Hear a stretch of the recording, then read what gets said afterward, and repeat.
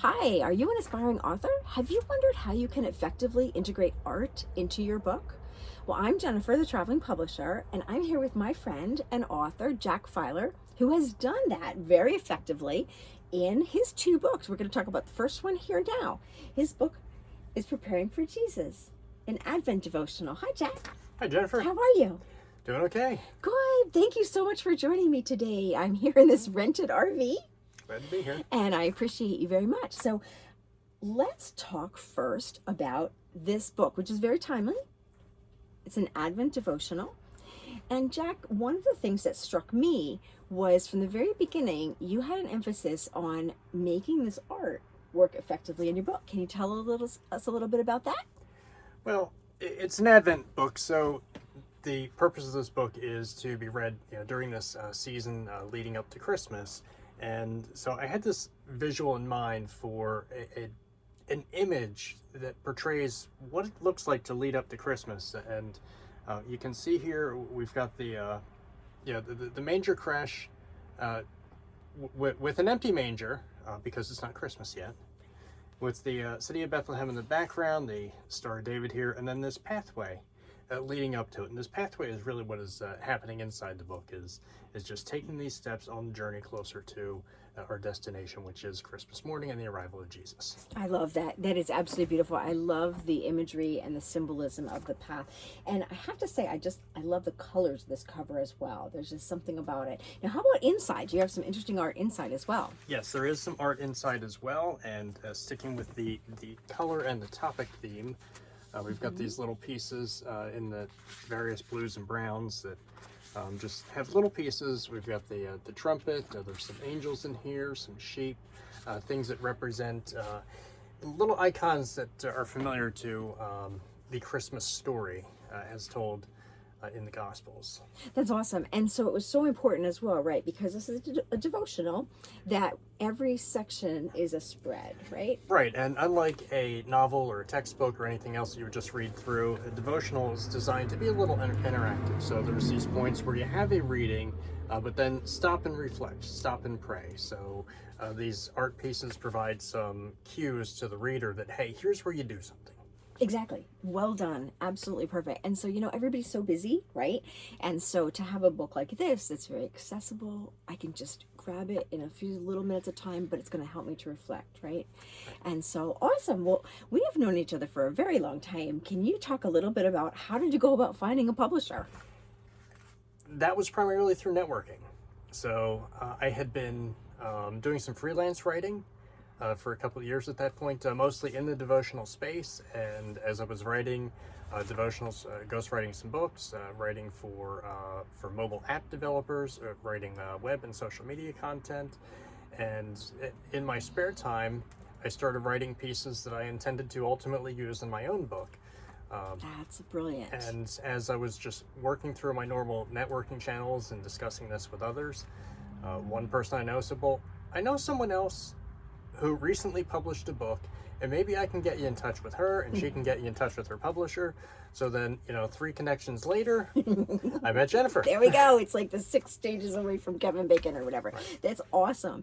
And so, it's tremendous. And I'm so grateful we met because this is a tremendous book and it was a pleasure putting together. So, so let's talk a little bit about the idea. You touched on this a little bit, but how did you come up with this creative theme for your book? Well, there's no shortage of Advent devotionals or devotionals of any kind on the market. And where this theme came from was from several years ago. I had written a Bible study that focused on the genealogy of Jesus. Oh, I remember. Exploring the people that were named in his genealogy as his physical ancestors, many of whom appear in the Old Testament. And there are some familiar names there, like Abraham and David, Mary and Joseph, of course. These are people that just about everyone has heard of. People that are familiar with Scripture might have also heard of Solomon or Zerubbabel, some of the, I would say, that the kind of the B list, if you will, of who's who in the Bible. But then there's all these other kings that are easily forgotten.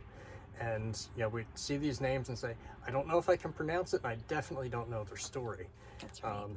And it challenged me. It challenged me to go and learn their stories and to see how their stories uniquely each have their own way of kind of pointing us to Jesus' arrival and preparing us for what to expect. And then when you see all these stories together, you find that that they each kind of fill a unique role. Right. Mm-hmm. And so I had written this Bible study for a church group a number of years ago, and so the next step was to just take that content and readjust it into devotional format, and particularly with a focus, because they're heralding Jesus' arrival, on using an Advent theme and tying it to the Christmas story and also to our modern Christmas experiences. Exactly. And I found it to be very surprising, just a unique take on something that's very familiar. And so that's tremendous. And so can you tell me a little bit about what are some surprising things about the publishing experience? Well, of course, it was a new experience for me. Right. Because as a freelance writer, I would write content, I'd hand it off to the client, and the rest was out of my hands. So getting to experience publishing step by step was a whole new world. I know there's a mantra that aspiring writers have probably come across before that says, write the book that you want to read. Very good. And this is good advice, but what they don't tell you is the reason that you get this advice is because you're going to read that book over and over again. That's funny. And I think that was the big surprise to me in the publishing process is how many times do I get to read this book? Oh, we're editing now. Okay, we're revising now. Oh, now we're proofreading, and now we're doing another editing. Now we're looking at the format, and we have to read it again. And but each step had value. Yes. Each step did something to further us to the end goal. Each step did something to improve the book, to catch an error, to clean up a muddy spot. That's right. And that's a very good point. And a lot of times another benefit is each of those steps is usually a different person. And so we try to have multiple eyes on your book because everybody catches something different. Everybody has that little grammar point that is their obsession, or a different way of looking at it, or a different lens. And so to have a couple of different people's eyes on the project is good.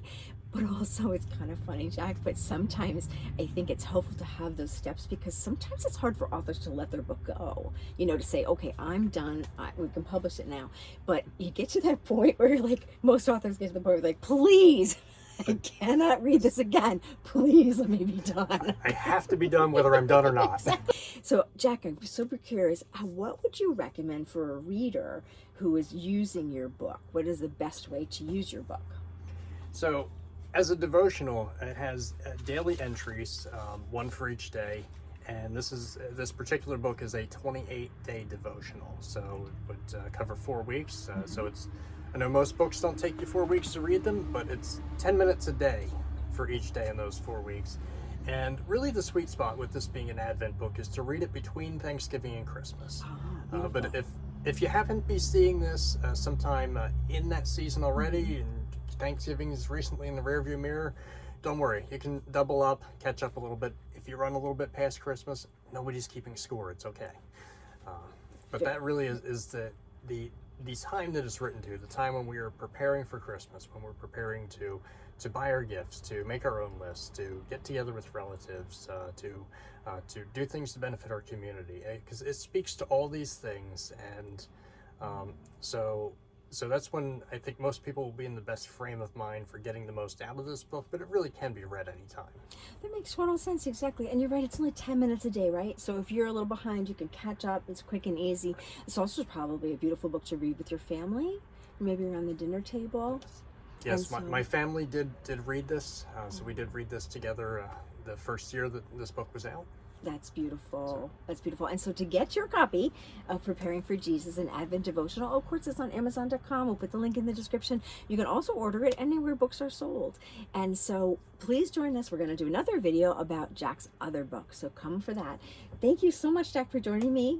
Thanks for inviting me. And thank you so much, friends. Like and subscribe for more. Have a great day.